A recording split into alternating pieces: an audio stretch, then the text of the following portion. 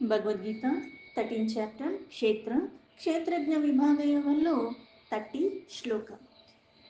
ప్రకృత్యేవ చ కర్మాణి క్రియమానాని సర్వశః యః పశ్యతి తదాత్మానం అకర్తారం స పశ్యతి. ఏదైతే ఇంతకు ముందు చెప్పినట్టుగా ఆత్మతత్వాన్ని సర్వత్రా చూడగలిగిన దృష్ట ఎవరైతే ఉంటారో వాళ్ళ ఫలితాన్ని చెప్తాను అన్నాడు. అందుకని ఏమవుతుందంటే సమత్మభావంతో ఆత్మే అంతా ఉన్నది, పైగా అన్నీ నశించిపోయేవైనప్పటికీ కూడా దాని ప్రభావం ఆత్మ మీద ఉండట్లేదు. ఈ యథార్థాన్ని ఎవరైతే తెలుసుకుంటారో, ఎల్లవేళలా సమభావంలో ఉంటూ ఆ సమదృష్టితో ఎవరైతే చూడగలుగుతున్నారో అని చెప్పి ఇక్కడ మళ్ళీ ఇప్పుడు సమదృష్టితో చూడటము ఇన్ని వేరు. పైగా ఇప్పుడు చేసేది ఒక కర్మ చేస్తున్నాం, మనము చేస్తున్నాం, అందరూ చేస్తున్నారు. అయితే ఎవరు చేస్తున్నారు, ఎవరు అనుభవిస్తున్నారు, ఎవరు చూస్తున్నారు, అదే ఇక్కడ ఈ శ్లోకంలో చెప్తున్నాడు. ప్రకృత్యేవ, ఏదైతే ఇంతకుముందు సృష్టిలో ఉన్నదంతా కూడా ఎలా జరుగుతుంది అంటే ప్రాకృతి పురుషుడు ఒక్క కలయికతోనే అన్నీ ఉద్భవిస్తున్నాయి. ఉద్భవించడానికి కారణమైన ఆ మూలమన్నది ఒకటే, కాకపోతే ఉద్భవించిన తర్వాత దాని నామం మారిపోతుంది, దాని రూపం మారిపోతుంది, దాని స్వభావం మారిపోతుంది.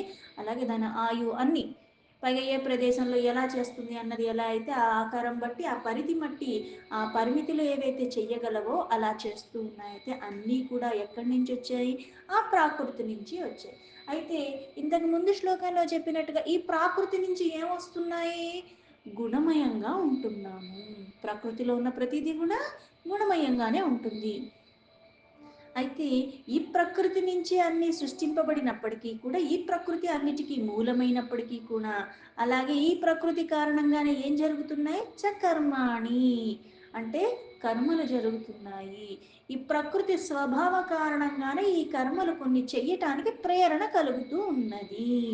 దాని ప్రభావం అంటే దేనికో దానికో, సాత్వికానికి లోబడుతున్నావో, రజోగుణానికి లోబడుతున్నావో, తమో గుణానికి లోబడుతాం, ఏదో ఒక గుణమయంగానే ఉండి ఒక కర్మ అన్నది మనము చెయ్యటం జరుగుతుంది. అందుకే సర్వకర్మలు ఏ కర్మ చేసినా సరే ఏదో ఒక గుణానికి లోబడి ఉంటావు. క్రియమానాని సర్వసహ, క్రియమానాని అంటే చెయ్యబడుతున్నది. క్రియలు చేయటానికి ఒక కర్మ చేస్తున్నావు అంటే ఒక స్వభావానికి లోబడి చేస్తున్నావు.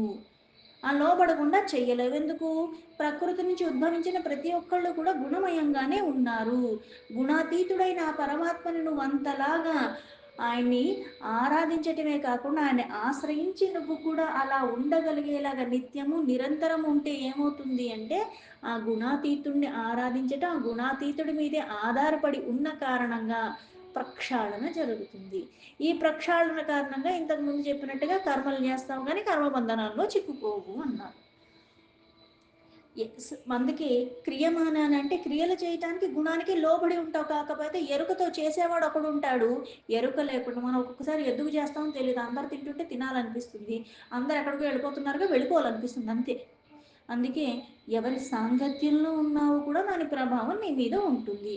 అంటే ప్రభావం ఉన్నా లేకపోయినా కొన్ని పనులు ఈ శరీరం అంతా నేను చేస్తున్నాను, ఈ శరీరంతో చేసే ప్రతి పనికి కూడా ఈ గుణమయంగానే ఉంటున్నాను. అందుకే ఇక్కడ సర్వసహ అంటే సకల ప్రాణులు కూడా అన్నీ ఇలానే జరుగుతూ ఉన్నాయి. అన్ని విధాల అందరికీ ఇదే జరుగుతుంది. కాకపోతే ఎవరు ఉద్ధరింపబడతారు, అందరికీ ఇలాగే ఉన్నప్పుడు జ్ఞానికి అవే కర్మేంద్రియాలు జ్ఞానేంద్రియాలు, నాలాంటి మూర్ఖురాలకి అవే జ్ఞానేంద్రియాలు కర్మేంద్రియాలు. వాళ్ళు ఉద్ధరింపబడటానికి కారణం ఏంటి అంటే వాళ్ళు పరమాత్మమయంగానే ఉండేలాగా వాటినన్నిటిని నియంత్రించుకున్నారు ఎల్లవేళలా. నేను అమాసకి పుణ్యానికి ఏదో ఒక స్వల్పంగా నియంత్రించుకున్నానన్న భావనలో ఉంటాను, కానీ నేను దాన్ని సర్వదా నియంత్రించుకోలేని స్థితిలోనే ఉంటాను. అజ్ఞానం, మోహం ఇవన్నీ వికారాలు నాలో ఉన్నాయి కాబట్టి. అయితే యహ పశ్యతి తదాత్మానం అంటే ఎవరైతే ఇంతకు ముందు చెప్పినట్టుగా సమస్త ప్రాణుల్లో ఆత్మరూపంలో ఉన్నది పరమాత్మే, పైగా ఎలా ఉన్నాడు, సమభావంగానే ఉన్నాడు.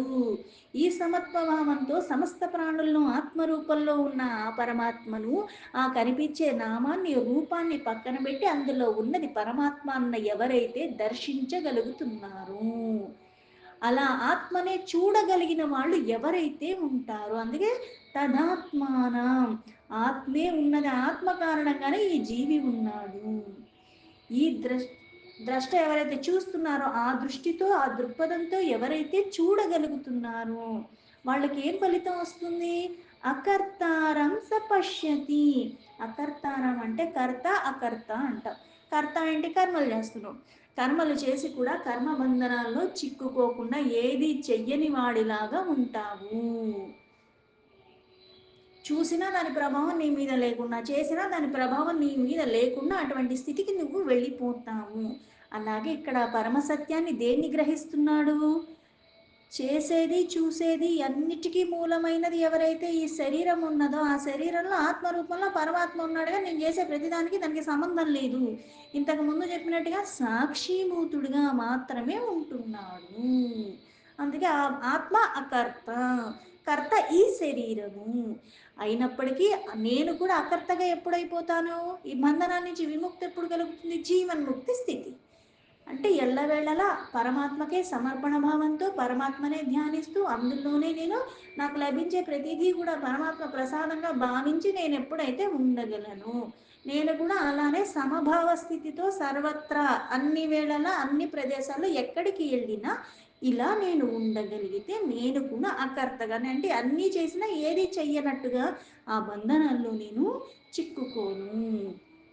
శ్లోకానికి యథాతథ మీనింగ్ తీసుకుంటే, ప్రకృత్యేవ చ కర్మాణి క్రియమానాని సర్వశః యః పశ్యతి తదాత్మానం అకర్తారం స పశ్యతి. సకల కర్మలు అన్ని విధాలుగా ప్రకృతి ద్వారానే జరుగుతున్నాయి. ఆత్మ అకర్త అని ఎవరైతే అసలైన వాస్తవాన్ని తెలుసుకుంటారో చూసేవాడు వాడు. అంటే సమభావంలో సమత్మభావంతో అన్ని ప్రాణుల్లో ఉన్న ఆత్మే అన్నది చూడగలిగిన వాడు ఎవరవుతున్నారు అంటే ఈ వాస్తవాన్ని కూడా గ్రహించగలిగిన వాడు. ఇక్కడ నామం మారుతుంది, రూపం మారుతుంది, దాని స్వభావం మారుతుంది. అలాగే అన్నీ మారినప్పటికీ కూడా ఉన్నది అందులో పరమాత్మ అన్న సత్యాన్ని గ్రహించటమే కాకుండా ఈ చేసే పనులకి దానికి సంబంధం లేదు అన్నది కూడా తెలుసుకుని ఉండటం. జీవాత్మ నిజానికి ఏ పని చెయ్యదు, సాక్షిగానే ఉంటాడు. చేసేదెవరు అంటే ఈ శరీరం చేస్తుంది. మళ్ళీ ఈ శరీరం ఎలా అయితే గుణమయంగా ఉండటమే కాకుండా ఇది మళ్ళీ అహంకారానికి వీటికి కూడా లోబడుతూనే ఉంటుంది. ప్రకృతిలో చేసేది ఎవరు అంటే ఆత్మ కాదు. పైగా మళ్ళీ ఆత్మ కాదు అని చెప్పినప్పుడు మళ్ళీ అన్నీ నేనే చేస్తున్నానన్న అహంకారానికి కూడా లోబడద్దు అంటున్నాడు. అంటే ఇక్కడ నువ్వు కొన్ని చెయ్యటానికి ఎలా అయితే చైతన్య శక్తి శరీరంలో ఉంది, అందుకని నాకు ప్రాణం ఉంది. ఈ ప్రాణం ఉన్న కారణంగా నేను శ్వాస తీసుకుంటున్నాను, లెగుస్తున్నాను, నడుస్తున్నాను, ఇట్లా కొన్ని కర్మలు చేస్తున్నాను. అయితే ఈ కర్మలు చేయటానికి అది నాకు ఎలా అయితే ఉపయోగపడుతుందో ఆ వాస్తవాన్ని అర్థం చేసుకోవాలి. మళ్ళీ దుర్వినియోగం చేసుకో. ఇప్పుడు చూడటానికి దృష్టి ఇచ్చాడు, చూడు, ప్రకృతిలో ఉన్న ప్రతిదాన్ని చూడు, ఆస్వాదించు, తప్పులేదు. కానీ నీలో ఉన్న వికారాలు తొలగించుకోవటానికి దాన్ని నువ్వు వినియోగించుకుంటుంది జ్ఞానేంద్రియము, జ్ఞానాన్ని పెంచుకోవడానికి, అజ్ఞానాన్ని తొలగించుకోవటానికి.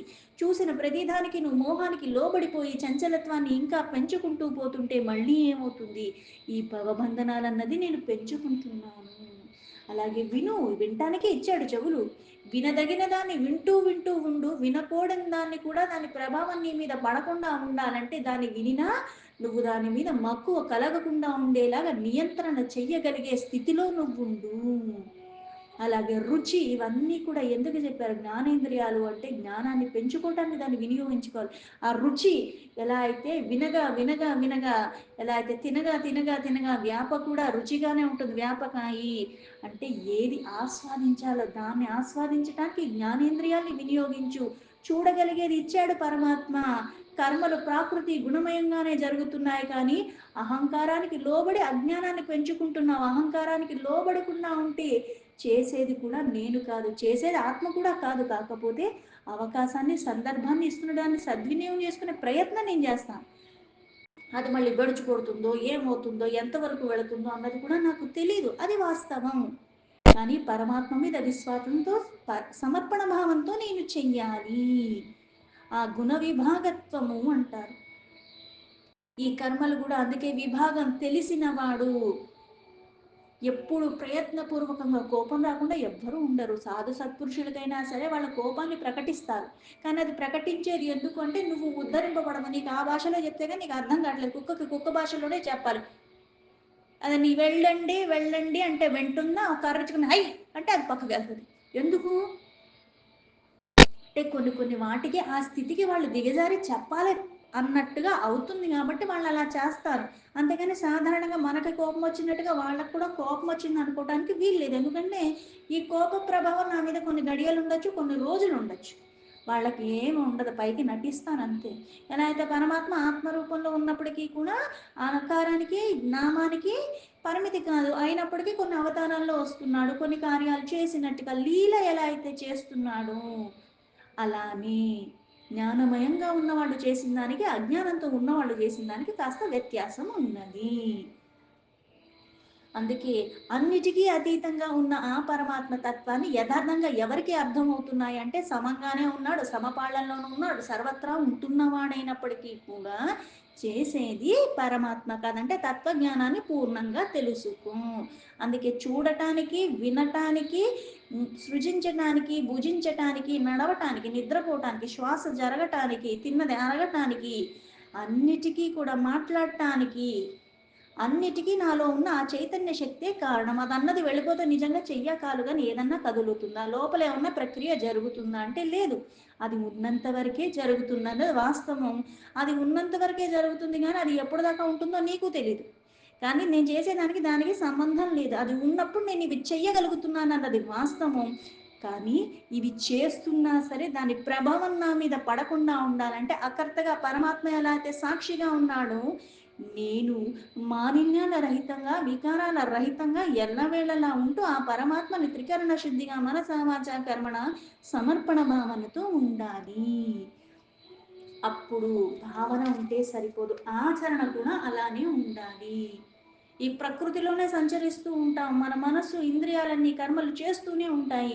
ఇప్పుడు నేను కళ్ళు మూసుకుని పడుకున్నంత మాత్రాన నాకు కల రావట్లేదా, కలలో నేను ఏదో తినేసినట్టు ఎక్కడికో వెళ్ళిపోయినట్టు ఇవన్నీ అనిపిస్తూ ఉంటుంది. పైగా ఒక్కొక్కసారి కొంతమందికి ఎంతలాగా ఉంటుందంటే పొద్దున్న లేచాక నేను రాత్రి ఏదో తిన్నాను కాబట్టి ఆ రోజు అదే చేసుకు తినాలన్నట్టుగా కూడా అక్కడ దాకా వెళ్ళిపోతారు. పైగా కళలో అది బాగా వస్తుంది కాబట్టి నేను నిజంగా ఏమనుకుని ధర్మపరమైన కళలు వస్తున్నాయా మనకి, లేదంటే కోరిక తగ్గట్టుగా పగలంతా దేన్నైతే చూస్తున్నానో వినున్నానో పలానా వాళ్ళు ఎక్కడికో వెళ్ళారు ఏదో తిన్నారు అంటే రాత్రి పడుకున్నప్పుడు కూడా నాకు అవే వస్తాయి. పరమాత్మ చింతనతో నేను రోజంతా గడిపింది లేదు, పడుకునేటప్పుడు కూడా ధ్యాస లేదు, అలాగే నిద్రలో కూడా అవే ఉంటాయి. అందుకే జాగృత అవస్థలో నేను ఏదైతే చేస్తున్నానో స్వప్న అవస్థలో మళ్ళీ దీని ప్రభావం ఉంటుంది, మళ్ళీ స్వప్నావస్థ మళ్ళీ నా జాగృతికి కూడా ప్రభావం చూపించేలాగా. అంతే నా ఇంద్రియాల్ని నంత చంచలత్వానికి లోబడేలాగా చేసుకుంటున్నాను, దాని ప్రభావం ఉంటుంది. అందుకే ద్వంద్వాతీతంగా ఉండమని ఎందుకు చెప్పారు, అన్ని వేళలో సమభావ స్థితిలో ఉండమని ఎందుకు చెప్పారు, క్రమేణా క్రమేణా క్రమేణా అప్పుడు నీకు ఆ తత్వాన్ని అర్థం చేసుకునే స్థితికి నువ్వు సిద్ధి లభించే స్థితికి నువ్వు వెళతావు. సుఖం దుఃఖం లాభం నష్టం ఇవన్నీ వస్తూనే ఉంటాయి. అనుభవించకుండా ఈ శరీరం ఎందుకు, అనుభవించకపోతే ఎందుకు, ఎందుకు అనుభవిస్తావు, ఏముందని అనుభవిస్తావు, ఎంత అనుభవిస్తావు, ఎన్ని అనుభవించినా అనుభవించకపోయినా ఇది నశించిపోయేది. కానీ పరిమితిలో ఉండటం నేర్చుకో. ఎందుకంటే నాకు చంచలత్వం అన్నది సాధారణంగా సహజ స్థితి నాకు, దాన్ని విడవటానికి ఇవన్నీ చేసుకుంటున్నాను.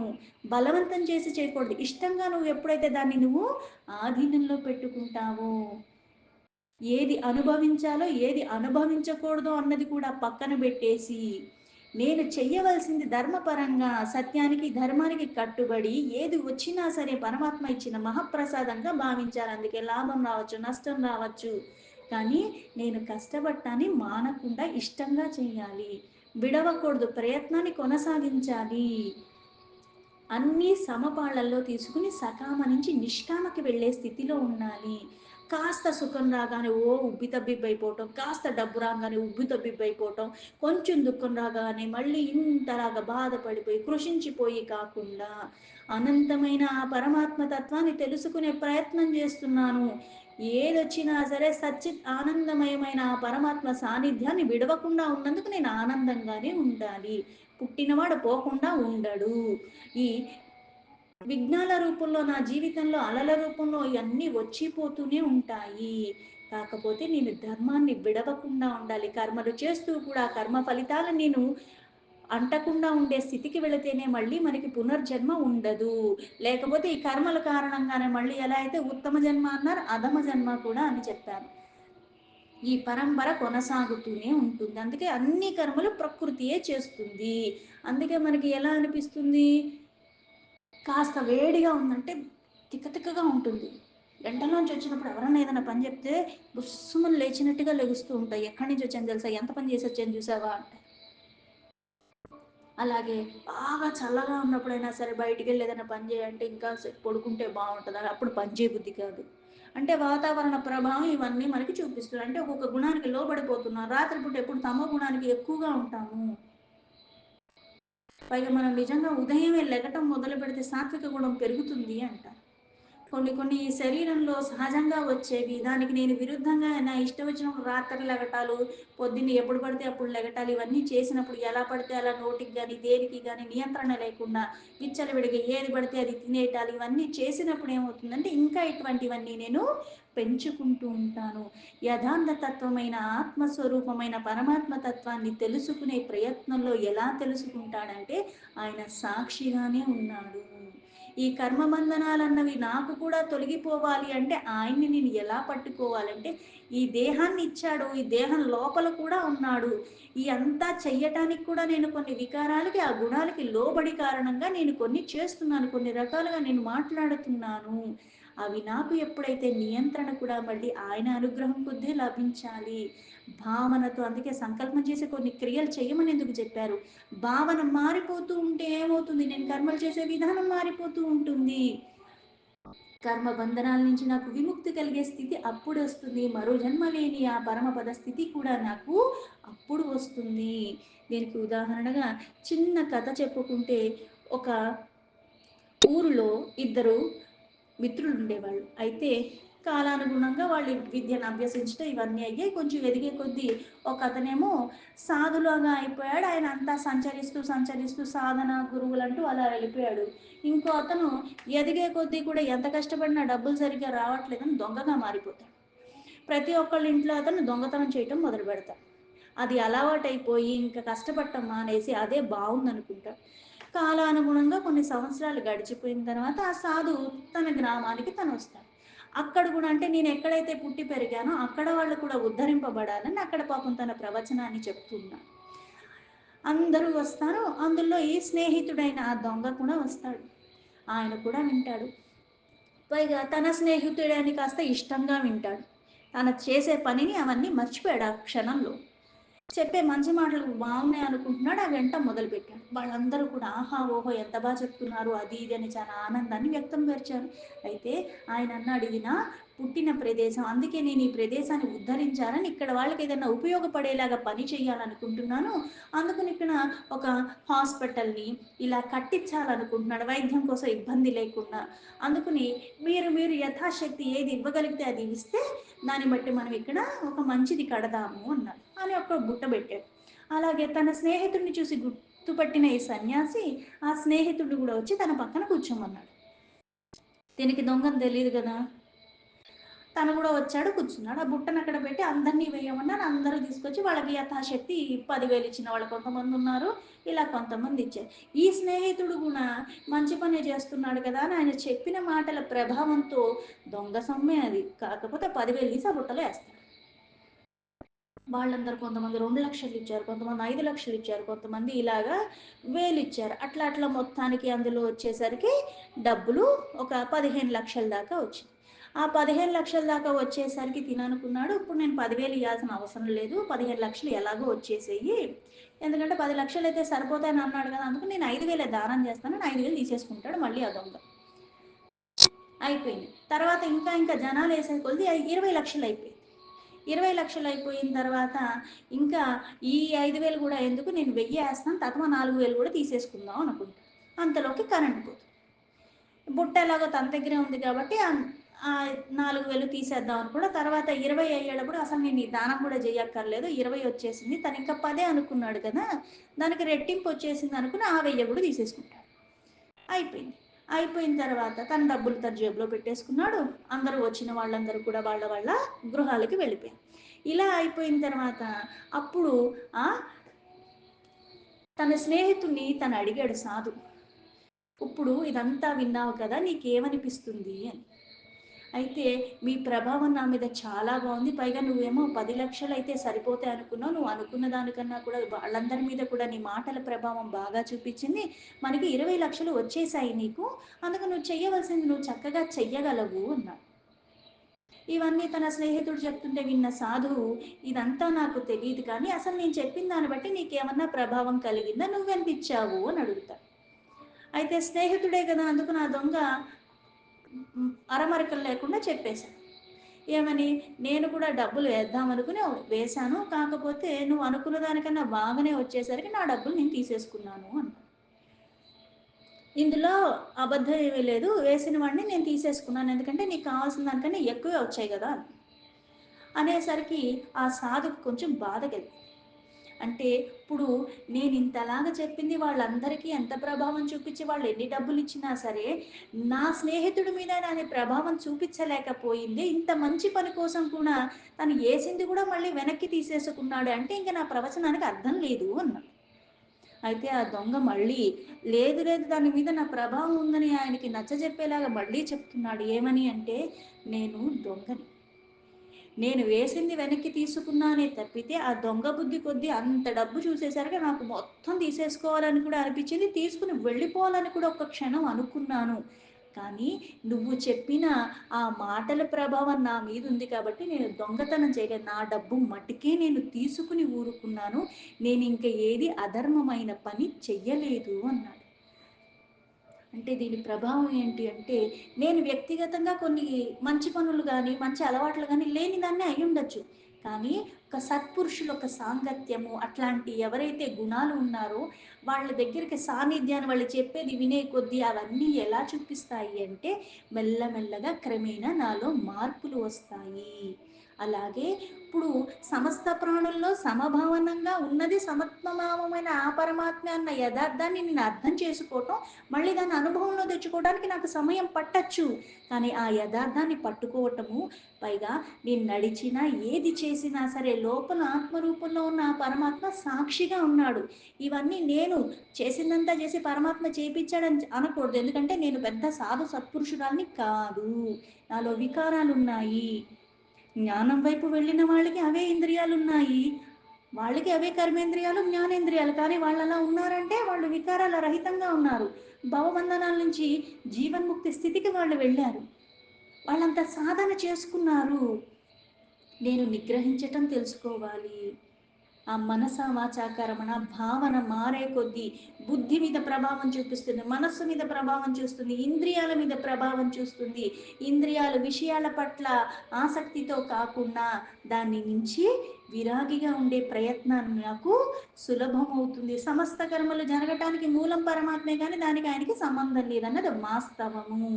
అలాగే నేను కూడా ఈ గుణమయంగా ఉండకుండా గుణాతీత స్థితికి చేరుకోవాలి. గుణాతీతుడైన పరమాత్మని ఆశ్రయించి ఉండాలంటే ఆత్మ ఎలా అయితే అకర్తగా ఉన్నాడో, నిత్యుడై ఉన్నాడు, శుద్ధుడై ఉన్నాడు, ముక్తికి మూలమైన వాడు, వికార రాహిత్యంగా ఉన్నవాడు, ఆయన సాన్నిధ్యంలో నాకు వికారాలు తొలగిపోతాయన్న నమ్మకంతో పట్టుకోవాలి. నాకేం పోతాయి అనుకుంటే ఎప్పటికీ పోవు. ఆ నమ్మకం కొద్దీ తొలగిపోతాయి. 100 ఏళ్ళు అవ్వచ్చు, లేకపోతే మరుక్షణంలో కూడా పోవచ్చు. నా విశ్వాసం అలా ఉండాలి. అందుకే భక్తి శ్రద్ధలో లోపం ఉండకూడదు అంటారు. ఈ దృష్టితో చూడగలగటము ఆత్మ అకర్త సమభావంతో సమస్త ప్రాణుల్లో ఎప్పుడు ఉంటున్నాడు. సర్వవ్యాపిగా అంతరంగికంగా ఉన్నది పరమాత్మే. బాహ్యంగా ఉన్నది కూడా పరమాత్మే. ఆత్మకి మనస్సు, బుద్ధి, శరీరంతో ఎటువంటి సంబంధం లేదు. సమస్త కర్మలకి కర్తగా, భోక్తగా ఈ భ్రమ వల్ల దోషపూరితంగా నేను అనుకుంటున్నాను కానీ చేసేది నేను. నేను మళ్ళీ అది ఉండడం వల్లే చేస్తున్నాను. అది వెళ్ళిపోతే నేను ఏ కర్మ చెయ్యటానికి కూడా నాకేమీ ఉండదు శక్తి అన్నది కూడా వాస్తవం. దీంతో భగవద్గీత 13th చాప్టర్ క్షేత్రజ్ఞ విభాగ యోగంలో 30 శ్లోక సంపూర్ణం.